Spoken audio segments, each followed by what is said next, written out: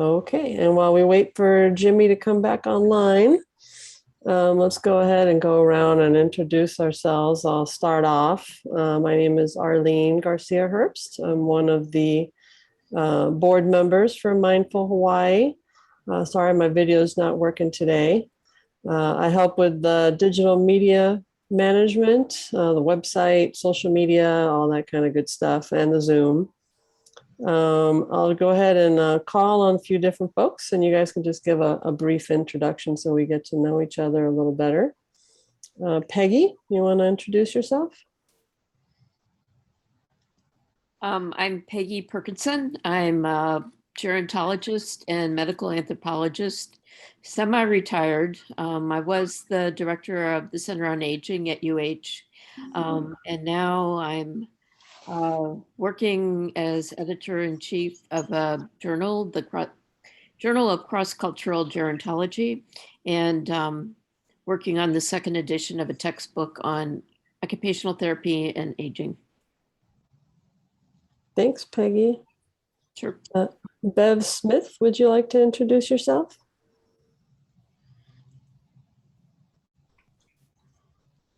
Nope, you're on mute, Bev. Trying. Okay, hi. There you go.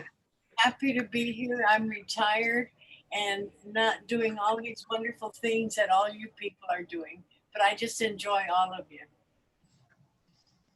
Awesome. Well, thank you for being here today. Kei Fukuda, would you like to introduce yourself? Aloha, Kei Fukuda. I'm with the University of Hawaii. I work with schools and community on the Waianae Coast, connecting teaching and learning to community, place-based. Aloha. Aloha, Kei. Carl, I think you already introduced yourself. I don't think so. Oh, okay. Well, why don't you introduce yourself, Carl? Yeah. Well, first of all, hi, Clark. You were, I was on mute, so I wasn't able to say hi to you. But as the indicated, so one of my early students, and that's very gratifying to see someone across the years. Anyway, I'm Carl Minke.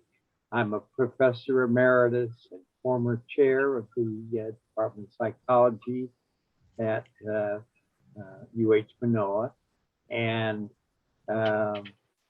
my role in Mindful Hawaii has been to handle the scientific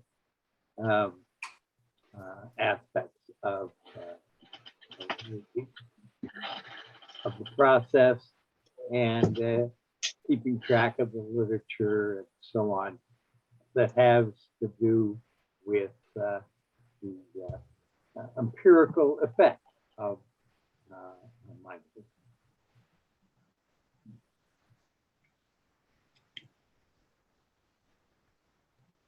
Thanks, Carl. Noah Pomeroy, did you want to take a minute to introduce yourself? Sure. Aloha, my name is Noah Pomeroy. I run a mindfulness training and consulting business, and I help organizations and individuals here in Hawaii and on the mainland just to learn mindfulness practices, to experience the benefits of mindfulness practice. So in that capacity, I teach remote classes for UCLA. I run workshops and training sessions at UH Manoa. This past year, I recently designed and taught a 6-week course for UH's Richardson School of Law. And I'm interested in seeing more mindfulness spread in high schools in particular. I've done a little bit of work with high school students. So yeah, that's why I came today. And I appreciate this community. So thanks for putting it on. Well, thanks for being here today, Noah. Jenny, did you want to introduce yourself? Hi, my name is Jenny Picciotto, and I recently volunteered with Mindful Hawaii. I'm a person who's used mindfulness to great effect dealing with pain management, and am very interested in Mindfulness Hawaii's projects. I'm helping out a bit with the newsletter and the book study group. Awesome. Thanks, Jenny. Richard, did you want to introduce yourself? Nope, you're on mute, Richard. There you go. My name is Richard Hennessy, and I'm a clinical social worker, and I trained back in 1993 at UMass Medical Center in John Kabat-Zinn's program to teach mindfulness-based stress reduction, which I've been teaching here on Oahu since, 2008. And hopefully can resume teaching at the Bodhi Tree Meditation Center in the future. I'll see how that pans out. Right now, I teach that online, Zoom, and I also offer, and I have here in Hawaii for the last 10 years, offered presentations on the Anthony DeMello book studies, and I do that on Friday evenings, and that's free and open to anybody who's interested. And if you don't know Anthony DeMello, he was a Jesuit priest, but he was really teaching Vipassana, mindfulness. And I also have a part-time psychotherapy practice here in Honolulu. And I've been attending Mindful Hawaii, I think since 2015, and the vice president. So thank you. Thanks for being with us here today, Richard. Marina, did you want to introduce yourself next? Sure. Hi, everyone. My name is Marina Piscolish, and I have been part of Mindful Hawaii for a few years now, and helping with the Mindful Warrior Project a good bit, and delight in this community. I'm a professional facilitator, mediator, and conflict resolution consultant. Nice to be with you. Thanks, Marina. Deb, would you like to introduce yourself? Aloha, everyone. I'm Deb Marwa, and I'm joining you from the island of Maui. And I started working with and being with the group here in Mindful Hawaii last year. And I also work as a consultant, colleagues with Marina for many years now. And my specialty is in collaboration and community and organizational development. I also am an open floor mindful movement teacher and facilitator, which is bringing meditation to the dance floor and exploring our inner world through movement and embodiment. Awesome. I think you and Deb. Lila will get along well. What's that? I think you and Lila Berg will get along very well. Excellent. She's a wonderful ballroom dancer. Ah, I thought actually Jimmy was going to say that we're all sort of in the same business, you know, doing consulting and leadership development. Catherine too. Sorry, thank you, Jimmy. Thanks, Deb. Lonnie Bowman, would you like to introduce yourself? Sure. I'm Lonnie Bowman from the Big Island. I hop in and out sometimes for your meetings, Jimmy. I just love your newsletter, and I try to pass it on to people. I'm a deacon with the Episcopal Church. I also work with Partners in Development Foundation and a lot of community work here. And I just really, want to spread mindfulness, not only in my church community, but in our work. And so we do a lot of breathing, and I always, recommend these to other people in our foundation. So I really mahalo you guys for all you do and all your expertise. And I want to come to your DeMello maybe some night. So maybe put your thing in the chat. I think it's Richard. Thank you. Lonnie, Go ahead, Eileen. Oh, okay. Let's see. I have someone whose screen name says happy to. Hey there, if you could unmute yourself. Hi, my name is Paula Allen, and I'm the producer of Mindful Hawaii with Alelo. And so that's my claim to fame, if you want to call it. And I love the mindful movement. And so we've just been, Jimmy and I have been walking along. We've been doing this now about 6 years. It's amazing. So I Isn't that amazing?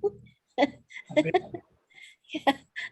So anyway, I'm happy to be here. I haven't been here for a while, so I'm back. Well, thanks for joining us, Paula. I have a question for you real quick before we move on to the next person. Is it possible to get recordings of the Olelo shows that we could share on our Mindful Hawaii YouTube channel? I'll start working on that. It's been, the last 2 years have been pretty chaotic. So, and we weren't even able to film. So I will see what I can do. Everything is real slow moving right now, trying to get answers about a lot of stuff, but I hope I can get some so we can put them on the internet. I would like to do that very much. That would be awesome. Yeah, let's keep in touch on that. Thank you. Okay, thank you. Okay, Janine, would you like to introduce yourself?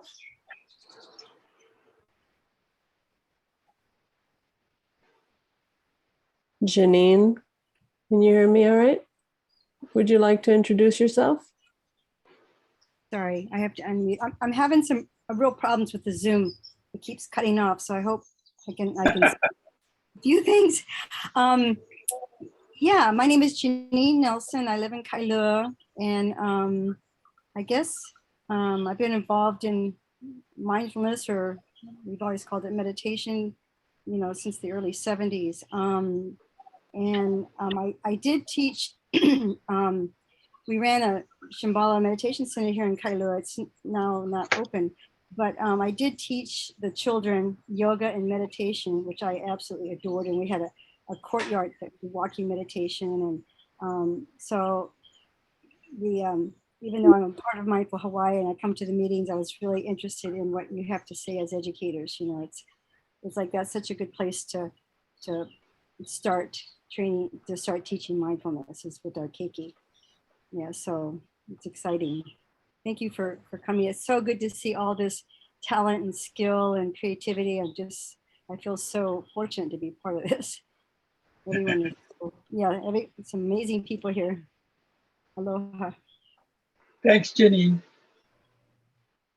Thanks, Janine. Let's move on to Galen Chuck. Would you like to introduce yourself? Hi, I'm Galen. I'm a pediatrician in Honolulu. I've kind of only intermittently dropped in on the mindfulness meetings here. I did take Richard's class about 2 years ago. I think there were 8 of us and maybe only 3 of us survived the 8 weeks. But it's nice to meet everybody.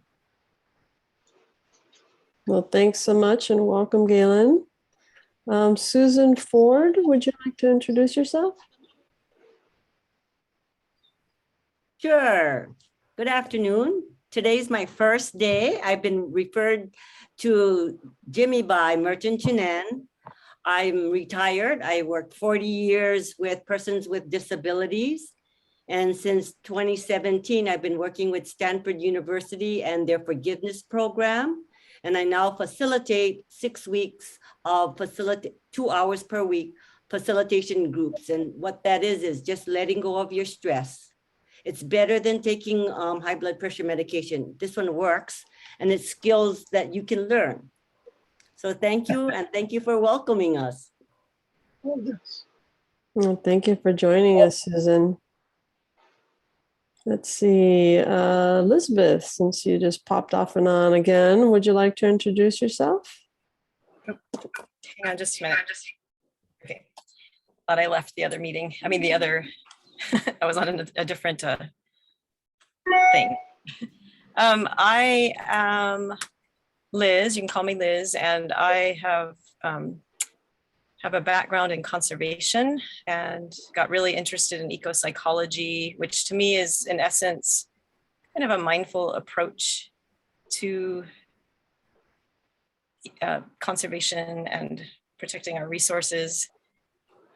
I work for the University of Hawaii, leading a program that does sea turtle and monk seal research, but on the side, I teach yoga, very mindfulness-based yoga, and lead eco-psychology workshops, yoga workshops and retreats. Awesome. Thank you, Liz. Roberta, would you like to introduce yourself? Hi, my name is Roberta Mayer. I'm a retired educator, and I know nothing about this organization, but I was interested in hearing the speakers. So this is my first time here. Thank you. Well, thank you for joining us. Welcome, It's- Roberta. Roberta, welcome. We're classmates. I'm Jimmy Toyama. Oh, yes, Jimmy. Hi, how are you? Hello, how are you? Good. I'm fine. Thanks for coming. Okay. Yeah, thanks for joining us, Roberta. Jerome, would you like to introduce yourself? Hey everybody, my name is Jerome Bautista. I am a corporate trainer for Hawaii USA Federal Credit Union. I've been with Mindful Hawaii maybe the tail end of 2019, and I'm helping with the Mindful Warrior project. Glad to see everybody. Thanks, Jerome. Good to have you. Dennis Ihara, would you like to introduce yourself? First of all, I want to apologize. I still haven't found a webcam that fits my computer, so you're not able to see me. But I'm a board member of Mindful Hawaii. I'm a retired attorney, adjunct professor, and I am back in school as a graduate student all over again, this time in playwriting and hopefully get my plays out there. I'm also into writing books, so that's another avenue that I have great interest. Always reading about mindful activities, and great to see this organization really moving here. Thanks a lot to all of you, and especially to Jimmy. Mahalo. Thank you, Dennis. By the way, Catherine, if you can hear me, Dennis is a Farrington graduate. The joke is that Catherine was a principal there. No, she wasn't principal when I was a student, Okay.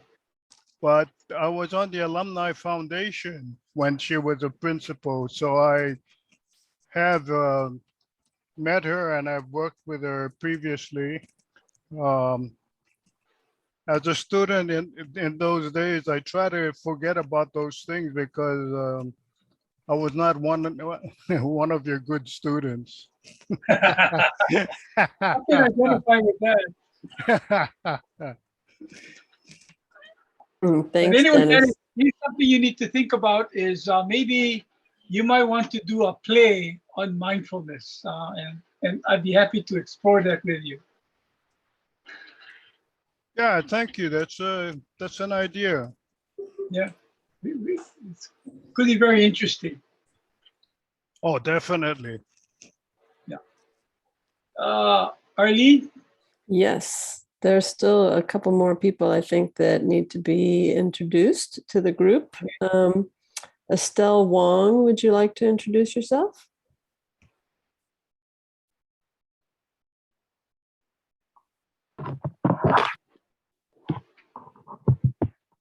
Okay.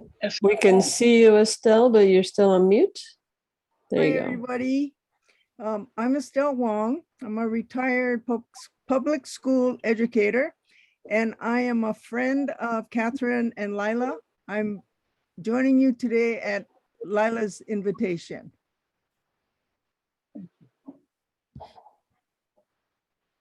Very good. Well, thank you for being here today. I think we covered everyone. Did I miss anyone that hasn't introduced themselves yet other than our main speakers? Thank you, Arlene, for carrying on for me. Not being a techie, I think I left the Zoom accidentally, and I was trying to get back in, and I was happy to see that things were moving along because you were just helping it along, and I want to thank you for that. No problem. Take it away.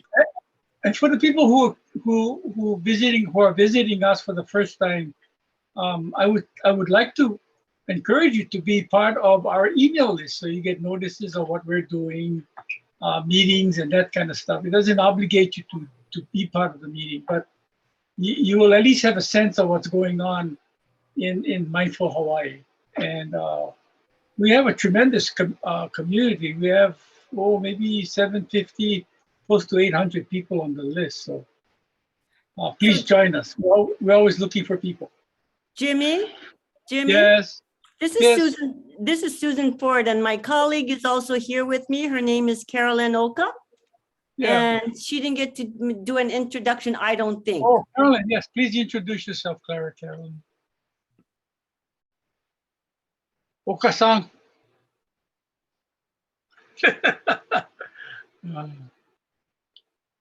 Where is Carolyn? Oh, I'm sorry. I don't know if she's having computer trouble, but I saw her at the beginning. Okay. Oh, okay. Thank you very much. When she comes, maybe we'll try to get her into the introduction. Okay? Thank you. All right, I want to move on because we have two very fascinating people to talk to us about education. And so let me just get down to the nitty-gritty very quickly. Our next community meeting, I'm looking at November 20, which is a Saturday at 1:30, 1 to 3. It's kind of a bad month because there's a Thanksgiving break in there somewhere, okay? But if you can make it, please come. And then the session 2 of Wisdom Seat will be next Wednesday, 6:30 p.m. And I think, are we going to be putting out the Zoom info, Marina? Yeah, I'm sure. What's today? It's next Wednesday. Yeah, that needs to happen soon. We're just getting our routines going. We've only met once in the study group. It's the first Wednesday of each month, 6:30 to 8:30. We're studying Shambhala, Sacred Path of the Warrior by Chogyam Trungpa Rinpoche. And it's a lovely experience so far. And we hope you'll join us. If you missed the first one, it's not too late. It would be great if you if you're interested in receiving information about the study group, just put your name and write study group in the chat, and we'll make sure that you are added to our list. And we will be putting out the reminder about Wednesday's session. Thanks, Jimmy. Thank you, Marina. That's very good. Also, our newsletter will be out soon. If not, is it out already? Has anybody seen our latest newsletter? No, it's not out yet. I got to get that out this weekend, but I do have it. Keep your eyes open for that newsletter. Helen Stewart has an interesting article about intuition in there, so you might want to read that. Okay. And then the next thing is, Jimmy, hello, somebody. I just want to say, Jimmy has an excellent article in there about warriorship, and that's particularly useful as for framing the launch of the Mindful Warrior Project and the study group that we're doing. So it's really a worthwhile read. Well, thank you for the plug. Anyway, our next Olelo show will air at 7 p.m. next Tuesday on Channel 53.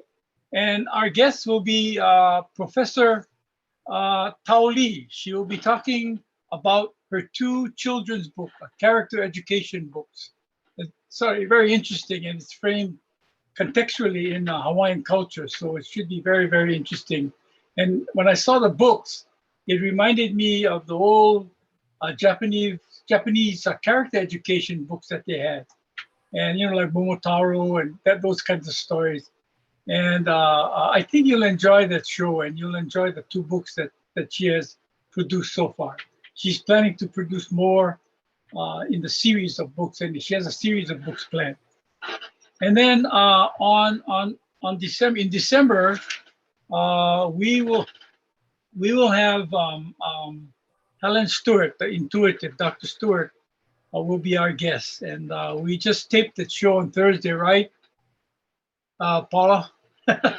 Yes, we did. And it'll be in December.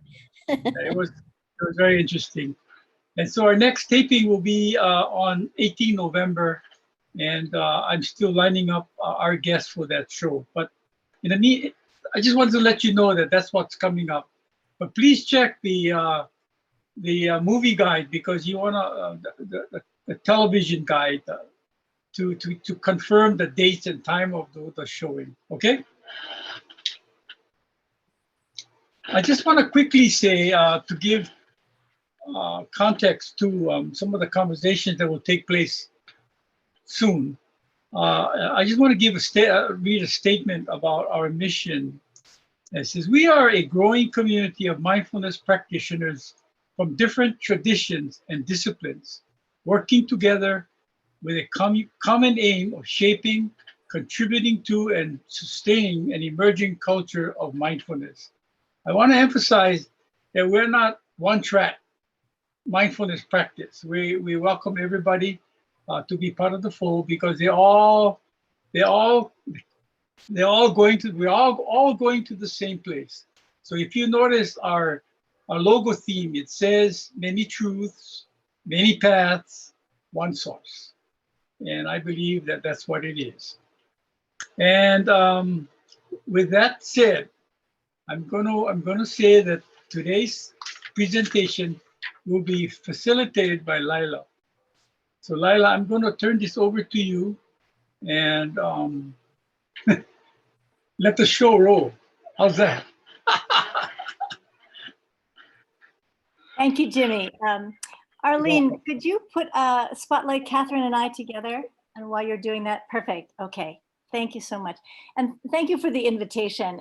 It's so good to see some familiar faces. You know, I've been involved with Mindful Hawaii for many years, off and on. And the sessions that we had at our Manoa gathering were very lively, and I miss seeing people in person. So thank you for taking the time to be with us today. And just preface this, Deb on Maui, I was a competitive ballroom dancer, but once I started dancing Argentine tango, mindfulness meant more to me. I really began to understand how it applies to me personally. So it gives me great pleasure to introduce to Catherine Payne, and I'm going to ask her to say a little bit about her background. Catherine's one of my best friends from 40 plus years. And as I see the faces on the screen, I think that you all will also agree that relationships are everything. And in particularly in Hawaii, you know, we value the experiences we've all had with each other and the ability to learn from each other. And I learn from Catherine all the time. I was newly appointed to the Board of Education for an interim year. Catherine has agreed to extend her term as Board of Education Chair.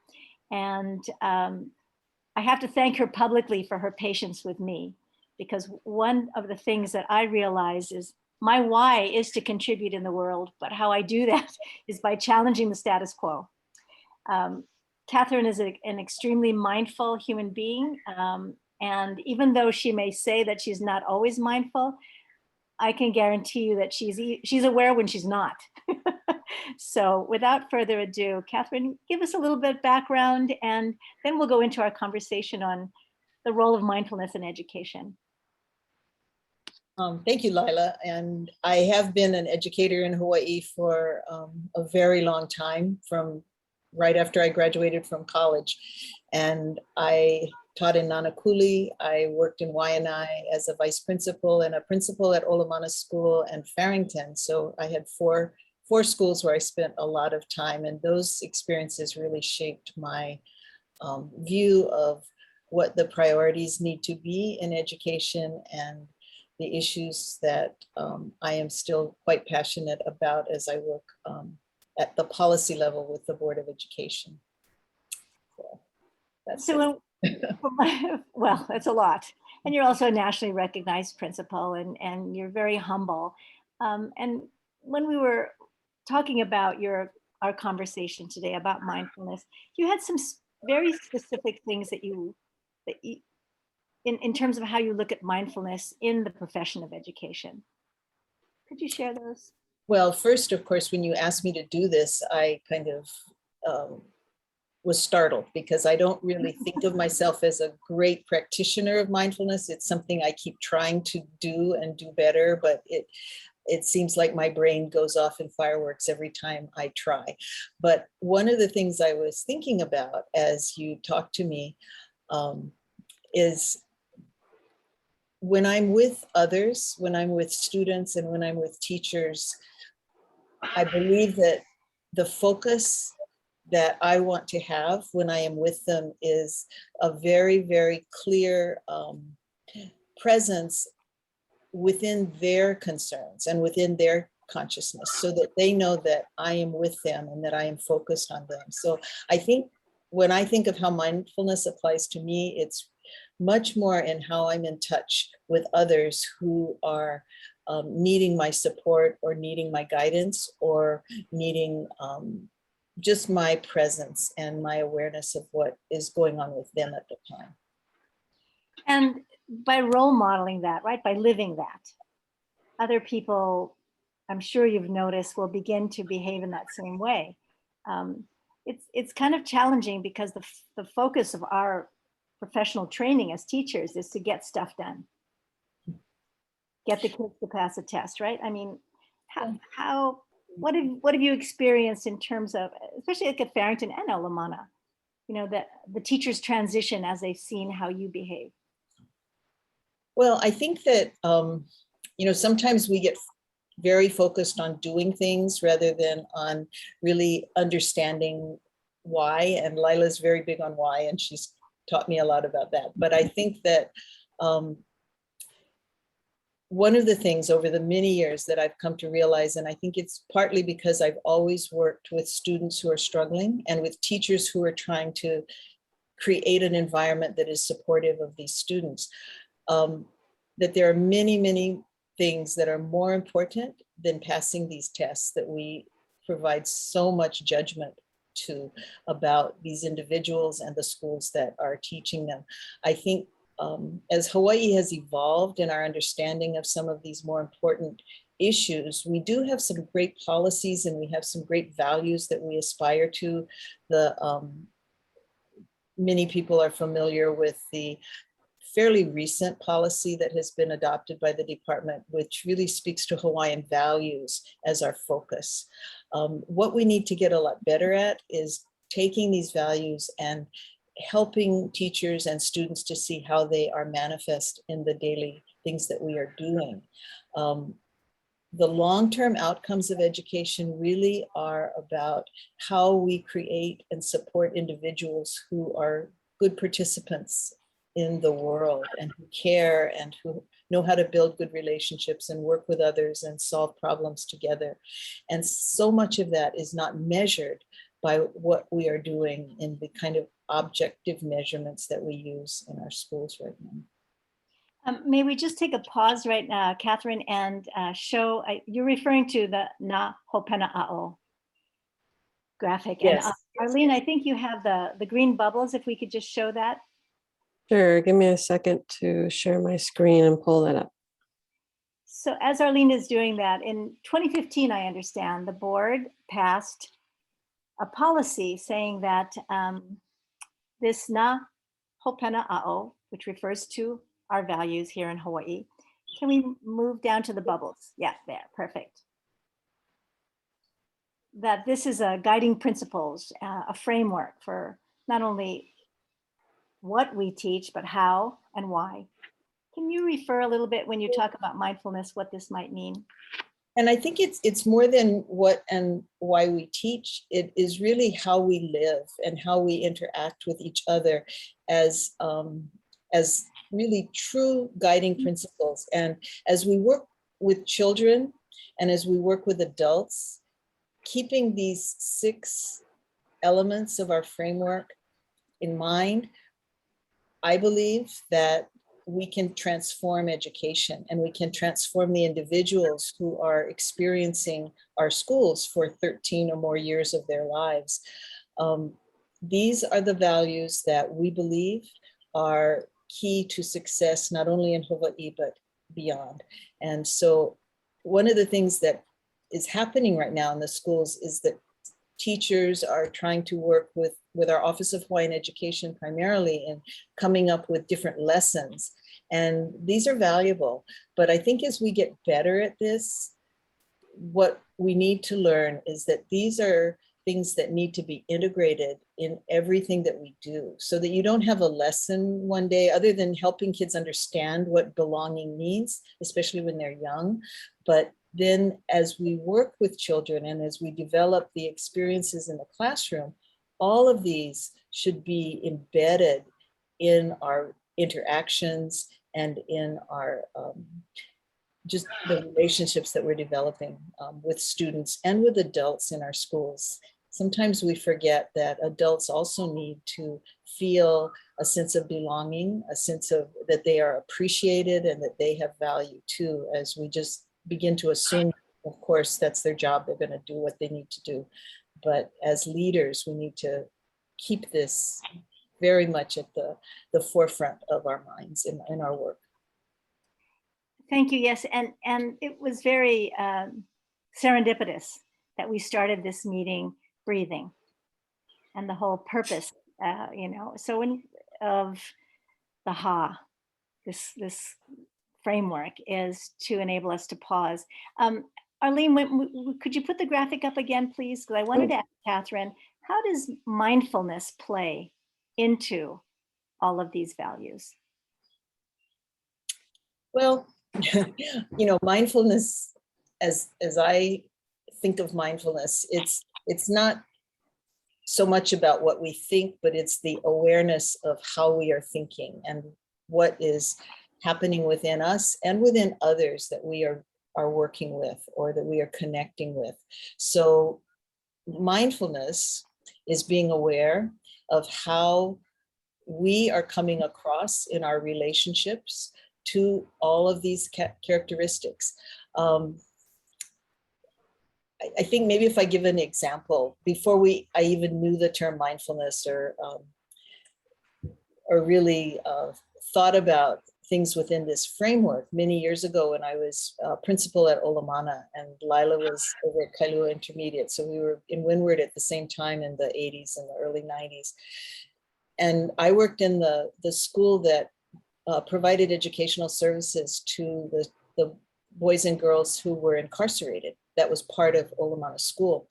And I would hear from the teachers all the time about the children there didn't really understand how to give because they were always taking. And they were in a position where sometimes they were taking things illegally, but they were also in a position where they were having to receive because they really had nothing to give from their life inside a incarcerated setting. And so one of the things that we realized is that if you're going to be able to fully participate with others in the world, you have to be able to share with them, and you have to share something, either you share kindness, you share love.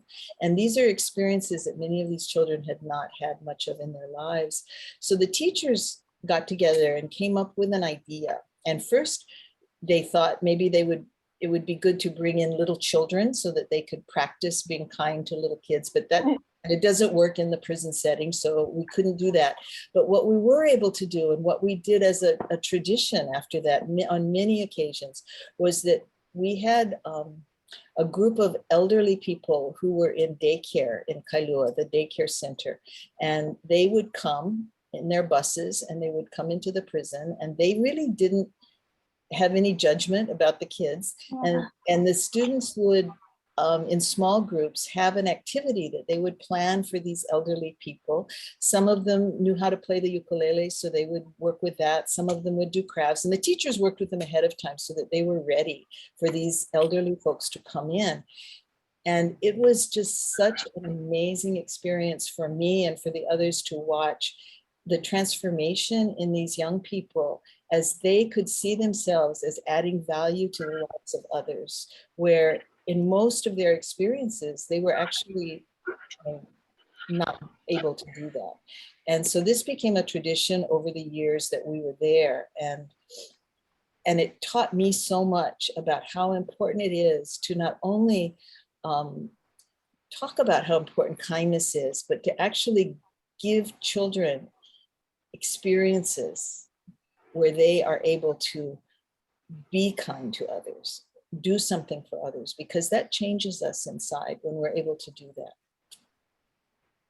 That's a beautiful vignette. And I know you have many, many more of those.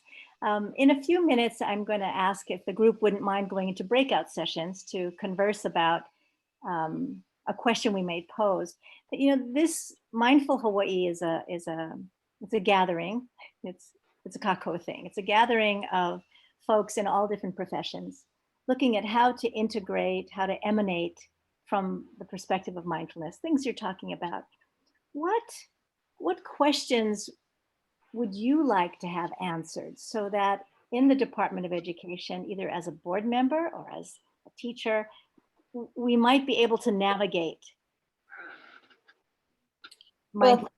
Yeah. And I think, you know, many people have different ideas about mindfulness, and how we approach that is really important because it's already embedded in some of our schools and doing very well. Waikiki Elementary springs to mind. I visited that school. I've seen it in action, but it is also an area that has some sensitivity with people who may not fully understand what it is and may assume that there's connections to religion or that there's connections to people trying to get into their kids' heads in ways we shouldn't. And so how we approach it, I think, is really critical. And people have asked, how can we bring this in more? I really think the tool of this HA is the way to do that, because we can begin to say, this is already a policy of the Board of Education and is embedded.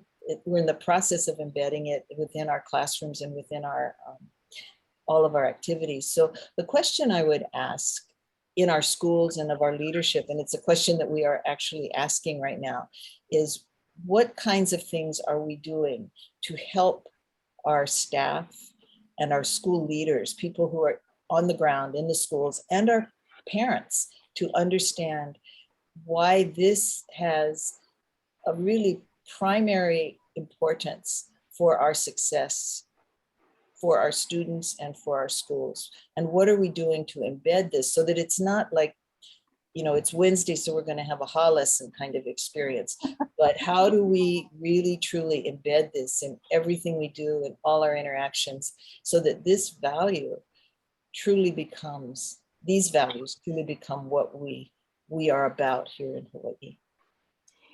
Thank you. And you know, you referred to the concerns that people might have with the languaging, the fears they might have that there is indoctrination of kids or something. There's also a great deal of inertia, and the concept of change is not comfortable. And as we know from our new places, sometimes people would rather stay in suffering rather than explore something new, or even allow themselves to consider something new. What have you done, or how have you managed that in your life? Because I know you're human. As brilliant and intelligent as you are, there are those moments, right? Well, I just think that, excuse me, I think that just how we live our lives, especially if you're in somewhat of a spotlight. I think I was more in the spotlight at Farrington because the school is so much in the spotlight there. And we talked a lot when I was there and before I came. It wasn't just me, but the idea of what were the values of that school, and the value of service was just a huge value at Farrington. So that was something that everybody could gather around and work with students. We talked about the Farrington way. It truly was on going forth into the community and serving. And kids, every kid at Farrington could tell you that. I think it's important for children, for adults, for our community. We're in a time right now where people are coming from so much fear and so much anxiety, including myself as I think about the world right now. It's very, very worrisome. So how do we galvanize around something that everyone can feel is not only an important human value, but an important value for us here in Hawaii.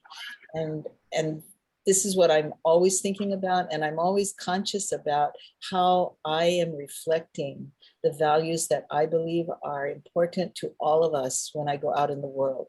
And that's, I think, a responsibility that anyone has who has a public, has a public stage for a while. It's just temporary, and what can I contribute while I'm here? And this is what I think about all the time.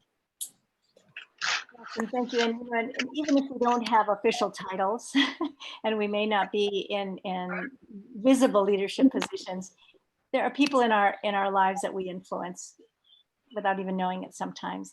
Would you be okay if we go into a breakout rooms now and ask the folks who are attending to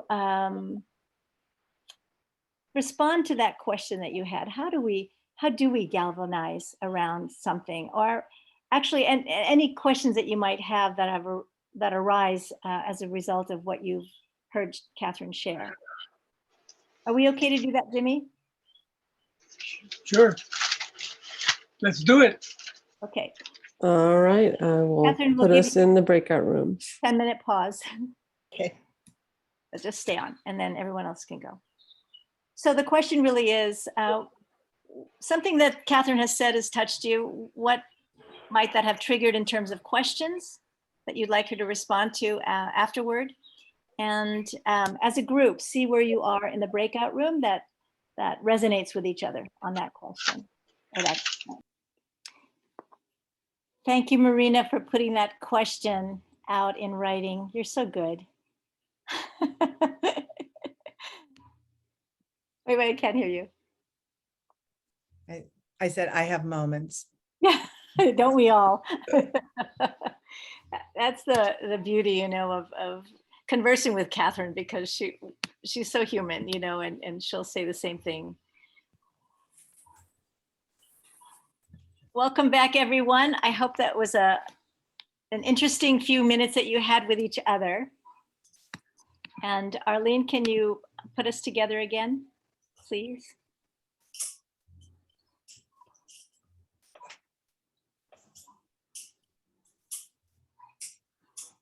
Arlene, thank you. So you had a few minutes to probably just start the conversation with each other. And thank you to Marina for listening so well.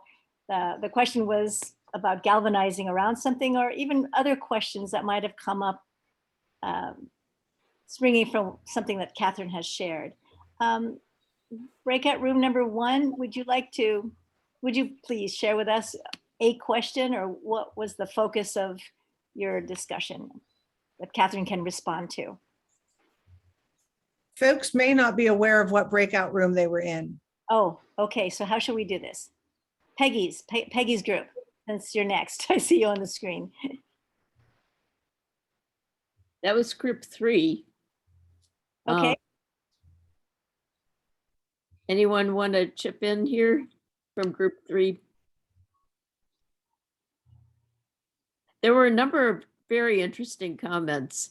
And one, one of the last ones that really sticks in my mind is the comment on using the fact that we need to wear masks to our benefit, that we're becoming mouth breathers. And so, to have people take their masks off and breathe through their nose and normally, and that would be one way of introducing the ha breath, is I think that was an interesting comment. But anybody else in our group? So Catherine, maybe could you respond to this conversation about masks? We're going to be doing this for a while, right? I think probably we are. It's been interesting to see the concerns that people have.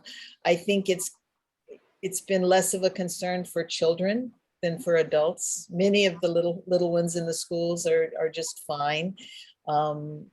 We give them breaks from wearing their masks if they need it, but it's been interesting to me to see this as the hill that so many people are picking to put their stake in and, make this as their big issue in their life. I think that what concerns me is what it says about that sense of both aloha and, the caring we have for other people, that we would take this position, that so many would take this position. And that, my view is that when I wear a mask, it's because I care about others. And I think that's a message that we need to be mindful of as we are working with the children and the families. May I say something? May I comment? When I proposed the idea, it was having to teach mindfulness, and at the beginning of teaching mindfulness, while the students are quiet, have them take off their mask at their desk and breathe for like 5 minutes. Just breathing, because that's and that's teaching the beginning of what we're trying to do, as far as that's really mindfulness. And so it had nothing to do with any other agenda. It just was a moment at the beginning of school or at the end of school or at lunch or whatever, just to have a 5-minute break where everyone removes their masks and just breathe. No talking, just be quiet. A form of that. So I'm sorry. It was wonderful. Thank you, Happy too. Who was that? Who was that? Who made that comment? Paula. Who? Paula. Oh, Paula. Oh. And along those lines, and part of the ending of as we're wrapping up our conversation for today, is to encourage all of us with new ideas. And perhaps if there's a principal that you're friends with or a teacher, you might suggest this, that if even though they have to wear masks in school, they're separated, but for 3 or 4 or 5 minutes at the beginning is just to pause with the mask off and just breathe like we did at the beginning of this. So actually that's a great idea. Happy, thank you, Paula. How about group, either one or two, whoever was not in Happy's group. Noah, were you in a different group? Yeah, I'm happy to share for group 2. So we talked about this topic on a number of fronts, and I think, I'd like to synthesize it by saying that I think the most effective way to bring mindfulness into Hawaii school systems is to emphasize these 2 specific fronts. And one would be the resonance of mindfulness with indigenous Hawaiian wisdom, with the wisdom of aloha, as you shared in that that beautiful brochure. I just downloaded it. That's great. I mean, there's so much resonance there. So when I work with local audiences, I point that out immediately, that look, this is not, there's so much of this wisdom is here already, but we can be open to learning from this technique and this evidence-based system of training the mind, and not only the mind, of course, it trains the heart and everything that's integrated here. This training can help us live these values more effectively in school, between students, with faculty, more broadly, of course, wherever Mindful Hawaii wants to spread this stuff. So I think that's the first front to really emphasize, is the resonance with Hawaiian values. And then the second front is to emphasize these performance-based measures that mindfulness practice through peer-reviewed literature has been shown to produce outcomes in, like enhanced focus in this age of distraction. And we think we're distracted, but kids, and particularly if they have access to a little smartphone, there's of course no end to the distractions that they face, that we all face. So mindfulness has been proven to help us rein in, our focus from all these distractions. And the list of benefits that are suggested, like by scientific literature, such as improved ability to relate. So this this powerful characteristic of empathy. There's a lot of performance metrics, the ability to regulate emotion, and in the way that these outcomes would, eventually affect those test scores, which maybe there's too much focus on right now, but it could affect those as well. And there was also a good point in our group that a lot of kids can't sit still. So in terms of physical practices that actually happen, the thought is that there would be short sitting practices, but there would also be mindful movement incorporated into practices. So thanks. Super. Thank you, Noah. Catherine, wouldn't it be awesome if when we're looking at measuring student achievement, that we also have a metrics for the affective domain, or for mindfulness, if you will, if maybe not call it that, but the outcomes beyond the cognitive. And in fact, there's some work being done on that right now. In some of our charter schools, they're further along. And as Noah talked about, so much of this is embedded in the values of the indigenous communities. And so they are working very hard to find ways to measure some of these more qualitative values that we are trying to inculcate in our children. I do think that the point that Noah made is particularly important, that there's a lot of research that shows that mindfulness is correlated to the academic outcomes that we're looking for in the students. So finding ways to present it in that way may be much more effective in getting it into our schools. Okay, we have a few more months on the board, right?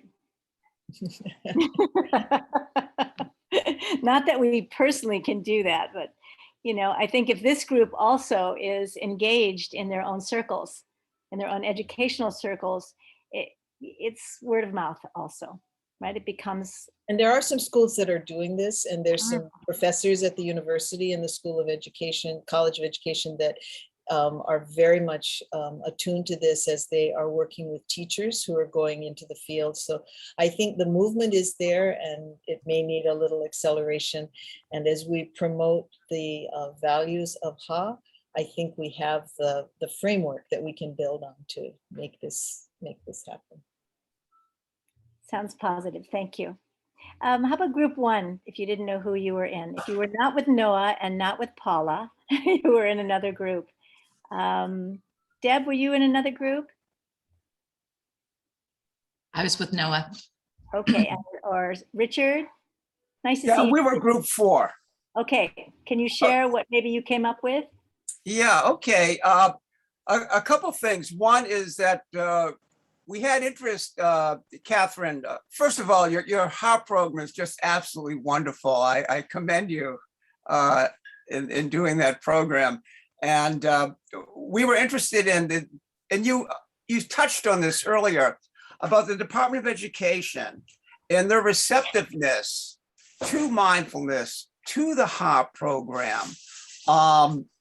And I have found that a number of educators that I've worked with through mindfulness-based stress reduction have been concerned exactly with what you said, that there's a repelling, if you will, of like mindfulness because it's Buddhist, the whole religion aspect of this. So, and that, oh, this is something that couldn't go through the Department of Education. And here you are. You're the chair of the board of the Department of Education, yeah. And so clearly there is conversation going on. So we're interested in more about the receptivity in the department, and also like was asked about the HARP program. Is it happening any place else on the island?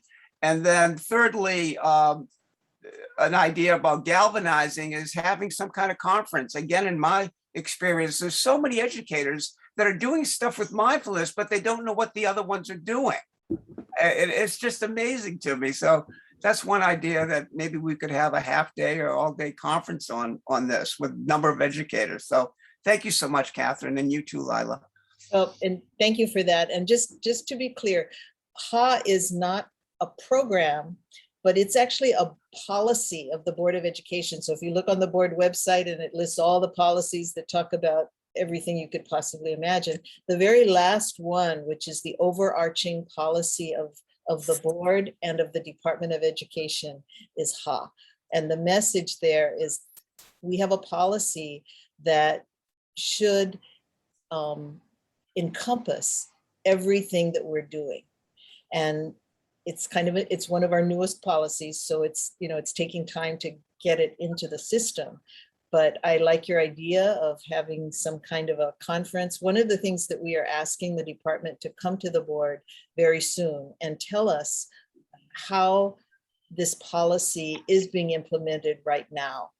And a little bit of trouble, COVID has made things more difficult, but in a way, COVID has made this even more necessary. And so I think that we will be on top of this, but I do think that the idea of how bringing teachers together, like minds that can support one another, and understanding that this is not a religion, this is really a way of changing how our brains work to make us better, more effective individuals. So thank you for that, Doctor. Yeah, I'd like to add that this is along the lines that Noah was talking about the integration of mindfulness with the spirit of aloha. That Clayton Nalawai, who was on our board, he used to host our board meetings, and he always had on his whiteboard the word aloha, and he had it broken up, ALO, in the presence of, and ha, love. So ha is not only breath, but it's also love, which is the essence of aloha, and I think is the essence of mindfulness. So I think there's integration is just natural with Hawaiian spirituality and mindfulness. Yeah, thank you. Yeah.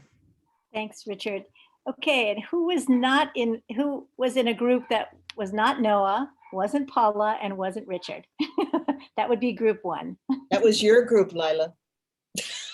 Was it mine? Oh, Yes. okay. We were conversing. Did everyone have a chance to converse with our friends? So you had Bev in that group, and she had some interesting things on kindness, I thought, that she might want to share. Okay, Bev, you're on. But you have to unmute, please. Yeah.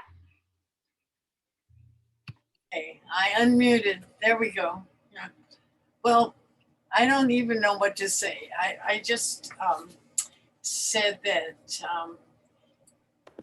we stress kindness as something that would be really helpful to people. And that's what I talked about, actually. Oh, and if I might add to that, what I heard you saying is that the conversation you had with your friends and colleagues about kindness actually emanated from a book you were reading on kindness. Right. And so we were talking about how when we have that framework, if it's ha or mindfulness, whatever the word is that or concepts we're talking about, any piece of literature and any group can be persuaded, can be encouraged to talk about mindfulness and how that works in their lives. That's true. Yeah. And when I was asking you about what fears did you recognize in people to being kindness, you had a response. There wasn't a fear. It was more encouragement. And so how I heard that was focusing on what we want as opposed to what we don't want. Right. May be more compelling to get us closer to what we want. Catherine and I both need to sign off in a few minutes to go to another event. Anyone have a closing comment that you'd like to make? Or maybe Catherine first. Would you closer? Well, I've talked a lot, so I really don't want to add too much more, but I do think that it's heartening for me to know that there are so many others, and many of you I don't know. A few of you I know of, and I'm excited to know that you're out there helping to refocus our schools and our teachers and our children around what's really going to give them the most value as they move through their lives. And teachers need a lot of support now. And I think that this kind of experience will help them just know when you're interacting with them that that there's a lot of people who are not necessarily part of the department, but people who truly care about the work they're doing and can support them in feeling better about themselves and what they're doing. So thank you. And along those lines, what Marina, and then maybe you can bring closure to, I wanted to share that I have found when we recognize that people are mindful or they are kind or they are behaving in a way that really facilitates the outcomes of what we want, many people don't always get that appreciation or that acknowledgement. So I'm going to encourage you, when you do notice it, to just not even more than saying thank you, is to compliment them, acknowledge them on specifically what they have said that has moved people's hearts. So yeah, thank you for the opportunity. I know, Marina, you had something to say in closure. I did not, rather than I wrote something into the chat, just that it's exciting to hear the proximity of, you know, sort of what's happening in the system, sort of this focus on the HA and its place in your sort of the world of policy, you know, sort of how close you're holding it and central to what you want to do. And, you know, to realize that this effort of this community, they're very aligned. And I think we should join hands and really make something happen for all the reasons that we've talked about. And I'm still ringing with the words you used, LYLA, of galvanizing. You know, what is it that will galvanize us? And I think there's like it feels like a haku happening, you know, like there's a weaving of some performance challenges, some values, some local culture, and sort of this culture of mindfulness that woven together seem very strong and something that people seem to be very motivated around. And so I'm not sure how hard it should be for us to feel an impact with collective effort. Okay, so what if we do this? I'm sorry, Jimmy. Marina just triggered this. You know, many years ago, we convened something called Civic Forum on Public Schools. And actually, Act 51 in 2004, before I got to the ledge, Norm Sakamoto put together this document on reinventing education. Many of the pieces had to do with instructional hours and attendance and student-weighted formula and specifics. But Norm Sakamoto attended years, at least 7 years of our annual civic forums, where regular people, not just educators, came together to talk about the purpose of schools, the mission of schools, and the beauty, what we wanted. And the preamble to Act 51, I think, is still very significant. And maybe I can plant the seeds for Mindful Hawaii to convene something similar. The preamble to Act 51 said that the purpose of education is no less than the endowment of human culture, such that each successive generation moves towards sustainability, peace, cooperation, and tranquility, basically along those lines. I think, Jimmy, that would be an awesome goal for Mindful Hawaii to have in the year 2022, especially because it is an election year and we can hold people running for office, perhaps a little more accountable for what they believe the purpose of education should be.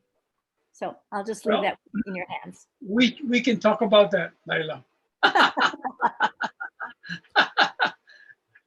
And we do have an education committee, but we need to work on the committee, but we need to have the direction that you're talking about as a means to motivate people within our own community to get organized. And I was part of that civic forum too, as you remember, and it was an interesting process. And I think it'll work very well. But before you folks leave, I just want to say to both of you on behalf of Mindful Hawaii, Thank you very much for coming.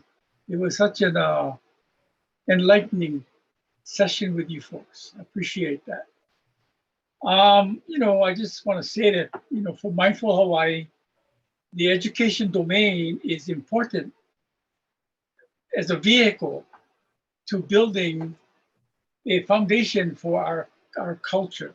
And if we move on that, it means that the education that the people that we educate in our system will help to sustain that movement well into the future.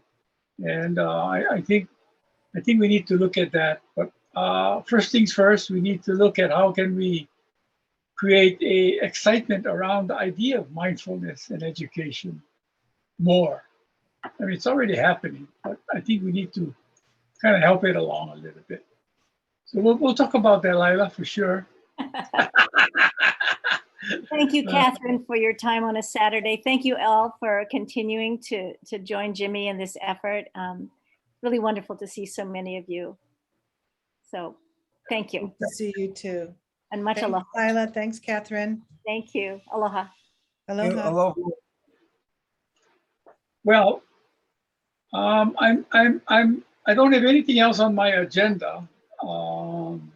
So unless there are questions, maybe we can adjourn for the day and we can go do whatever we were planning to do for the afternoon. Yay. Anybody got questions? Jimmy, this is Susan Ford, and I just want to make a comment. I think that this program is wonderful. I think we've got a great opportunity because Catherine is on board about mindfulness, and she can be the catalyst because she works on the top. If we get her, we help support her, then it will start the going down the chain. I mean, the timing is now. Because You're talking to old bureaucrats, so I understand what you're talking about and how to move things down into the rank and file, if you will. Yeah, but Jimmy, that's what I was trying to do with DHS, and we were successful. Talk about bureaucracy, you know, I mean, Department of Education is the largest one, but you know what? You got to start somewhere, and you rarely get somebody at the top to believe in what you're doing. We all believe in the same thing, but thank you. Well said, And Susan. I need to get together with you, Susan, talk stars some more. Anybody have any comments, questions? I would love to follow up on that. That comment, Susan, really struck a chord in me. There's so much truth in what you said. And some of the things we talked about in our group were about bringing forward the empirical evidence to help convince teachers and other academics, and not just empirical evidence, but also like, when you're a teacher these days, what's in it for me? When you have, you know, it's a little bit of the attitude when you have so much on your plate. So how can mindfulness help the teacher in the classroom manage the classroom better, have better outcomes for their students? You know, how can it help parents with their children's behavior at home? And, you know, the trauma that so many children have been experiencing, how they can help, how it will help them manage that and the after effects of it. I think those are part of the messages that will help persuade, but not just telling, experiencing. I think that's the power this group could bring, is to help people experience that for themselves in a very engaging way. So. Very good, Deb. I can see that you're a community organizer. I've had my moments. You know, I just, as an FYI, took on a new role here on Maui recently as the coordinator for the Hawaii Kaika Partnership, which some of you may have heard of, but maybe not. It's the Maui County's Child Abuse and Neglect Prevention Coalition. And so I'm also here with that kind of in the back of my mind, thinking about how mindfulness can be used to help families and children in those situations. So. Thank you. We'll talk about those things, and then we'll try to move things. And the key is one of the keys for Mindful Hawaii is really the Mindful Warrior Project, which is finding warriors to move things in these various domains that we're talking about: education, social service, health, etc. And once we get that moving, I think it'll be a very powerful force. Susan, Anybody else? I just want to say that I don't know, Jimmy, I know I trust you're a master organizer, but I feel like there's a lot of energy to do something in this moment around education. And I wouldn't want caution to get in the way of impact if the potential moment is now. And so I just want to underscore what Susan has said, what Deb said, what Noah had said earlier. There's so much compelling. It's really low-hanging fruit in a certain sense right now in terms of being able to move this idea into any part of our community. And I can't imagine an aspect of our society that the community would be more supportive of than in education. I have personal experience. I know how it's a galvanizing issue in Hawaii, right? So because of that, marrying mindfulness to that galvanizing issue might very well be that puka through to the possibility here. And I think what Susan's saying about Catherine's position, whatever, I know we have a lot on our plate, and the goal is to not burn anyone out who's doing stuff to try and make this happen. But I think we should, I would like to suggest that we at least make time on the next agenda of the community meeting to at least create a little space for people to sort of come forward around interest. The Mindful Warrior Project is where this will ultimately probably take action. But I think there's still large interest to just maybe even if we give it 10 minutes and make sure that people who want to pursue education know where to turn next, that we find a way for people interested in moving on this to gather and not let that go too long before directing people to that possibility. That's my recommendation. Thank you. Yeah, well, just for me, I mean, yeah, it has been a long time in come to this day when we have this presentation and then the generation of this interest and energy. So now the next step is to move it another step forward, which I hope we will do. And we will do it in other zones as well. You know, Right. I have my eyes open to that. I think Jimmy, the next, yeah, go ahead.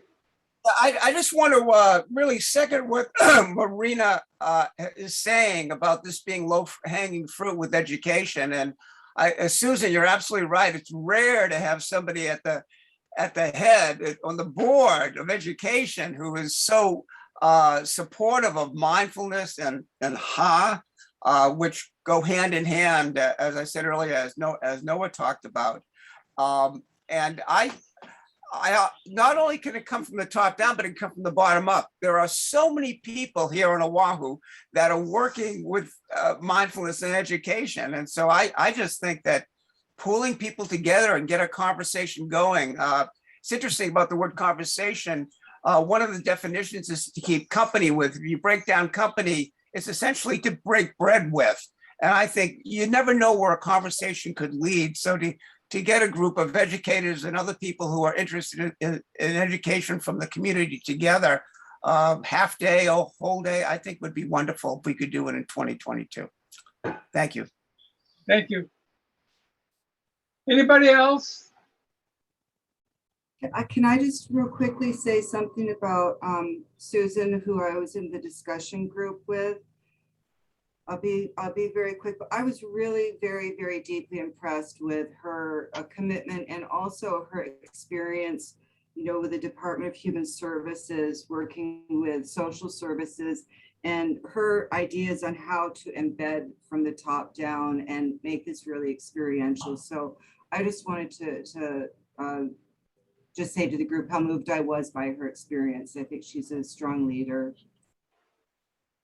Well, Catherine has a lot of experience from the ground up, so she has a feel for the field, if you will, and what it takes to actually execute policy, you know, department-wide, if you will.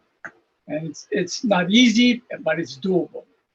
But it requires some support from the outside, and maybe we can provide that. We'll have to explore that. Okay. Anybody else? Oh, it's getting to be fun times again. A lot of action. And don't forget, when I call you and I ask you, oh, can you look at this and come back with some info? I hope I can count on your support for that. Peggy, are you still on the mainland? Okay. Anybody else have a comment, question? Thank you for the gathering. I have to jump off. Yeah, you gotta go. You got some people to take care of. I Right. do. So we'll talk later. For now, Arlene, what's that? I'm just thanking you all for organizing this, Marina, yourself, Jimmy, and also Arlene. So thank you so much. Well, we have good people. And Jimmy, this is Arlene. I just wanted to mention real quick that we have an education committee already in existence. Marion and Eileen, I guess, are the 2 points of contact on that, but maybe this would be a good opportunity to, rouse a new champion to take up the education committee and move the ball forward with this issue since there's so much interest. Yes, thank you very much for that point, Eileen. Good suggestion, yeah. Okay. There's a lot of things we need to move. I can tell you that. I'm gonna go move right now. Move my body outdoors. All right. Yeah. Aloha, everyone. Okay. Thanks, everyone. Bye. Aloha. Aloha, everybody. Take care. Aloha. Bye. Thank you, Eileen. Oh, thank you, Jimmy.